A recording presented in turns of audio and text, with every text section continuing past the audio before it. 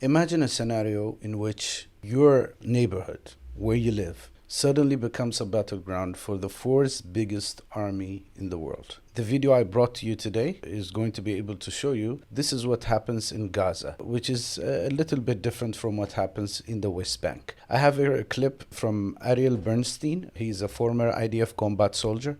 He participated in the Gaza war in 2014. He campaigns against the occupation now, just like many other former soldiers in the Israeli army. He has seen what happens there. He regrets it. And he now is an activist against the occupation. He gave his interview to Owen Jones, which I really recommend for you guys to subscribe to, which is a very good media outlet that's doing a lot of good work when it comes to Palestine and its issues. Let's see what he says, and let's see how Israeli soldiers actually transform normal neighborhoods into battlegrounds. The logic behind the way we fight in Gaza, the way I experienced it, and I don't think it changed ever since, is that you tell the residents of a certain neighborhood that you want to fight in, or do you want to conquer, that you're coming in, and they have to leave.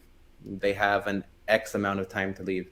So once you warn them, in your eyes, whoever stayed is either actively participating in the war as a Hamas member or collaborating because we told them to leave. So once you warn the population, this area becomes a battleground.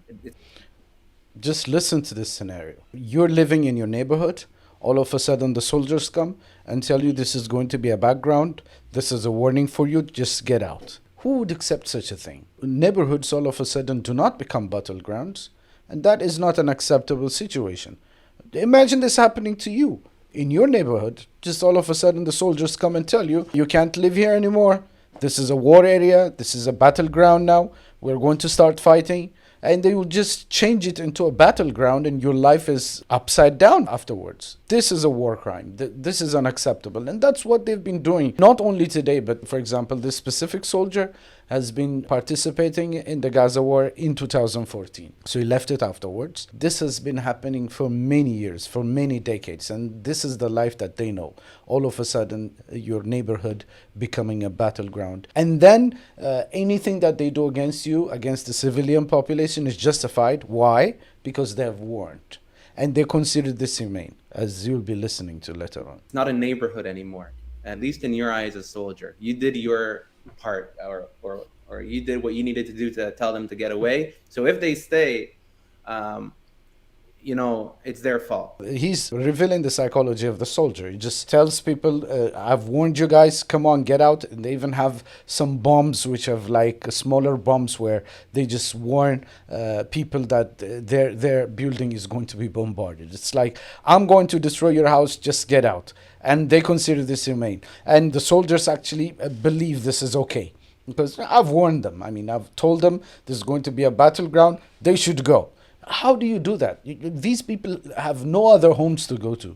And you just expect them to just abandon their houses and just go out just because they're given warning to go out. This is ethnic cleansing. Really stop to think about that too much. And most people don't also after they leave the army.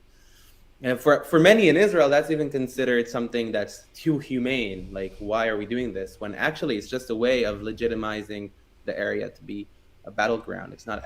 So he's saying most people in Israel actually consider this humane. I mean, we have warned them, and this is actually acceptable. But this is not acceptable. For one, this is a policy from the government, because the policy of the Israeli government for the last 75 years has been based on genocide and ethnic cleansing, specifically. It's not like the soldiers came up with this method all of a sudden and they just invented it. It's not. It's a policy that is prescribed, and that's why the soldiers are open about this. They're okay with this. They just go with it because it's just the rule of engagement that has been set by the Israeli government, which has been occupying the area for more than 75 years. This can never be humane. Now, going into fighting in Gaza compared to what I've experienced in the West Bank is a completely different story. Because we do this kind of, we treat neighborhoods as battlegrounds, and we treat it as total war. And we don't want to deal with civilian populations. We don't make a difference. Whoever stayed is a legitimate target. Then we enter with much like another level of engagement, of firepower that I've ever seen. It's completely a different scale. Listen, this is just a magic word that the Israeli soldiers use to make themselves okay with killing people. They consider that specific neighborhood as a battleground, and they don't care who they kill there, because those are not civilians anymore. These are collaborators, these are terrorists. Whatever happens to them, I don't care. I'm okay with it. That's the mentality of the soldiers, and that's how they are indoctrinated on. Textbook ethnic cleansing and genocide. You can't transform a neighborhood into a battleground. It's considered a war crime to do such a thing. You don't start wars in a place where there are civilians, and this is outrageous. There's this idea of we take zero risks on our own soldiers. So the way you enter is with very, very heavy artillery and bombings from above, from the sky, and this makes you feel much more confident as a soldier who's entering, and it leaves a level of destruction that I've never experienced before. You see, when they have no disregard for civilian life and they're taking no risk at all to make sure the people that they are attacking are civilians or combatants, they just don't care, because that's the policy of the government. They're just there to commit genocide, so they don't care. Another example for that could be the way we enter homes in Gaza. Before that, in the West Bank, you maybe invade a home. You're not really asking if you can enter or not. You maybe break the door, you maybe kick the door, or do whatever you need to get in. But in Gaza, you don't even go through the door because it might be trapped. So you fire a rocket from a shoulder rocket into the wall, and you enter through the wall. So the way we're like engaging with this whole area is completely different. This is what happens in Gaza. And the most humane version that he gave is in the West Bank, where they just break in. But here in Gaza, you just destroy the house. You just destroy the wall, go through the wall.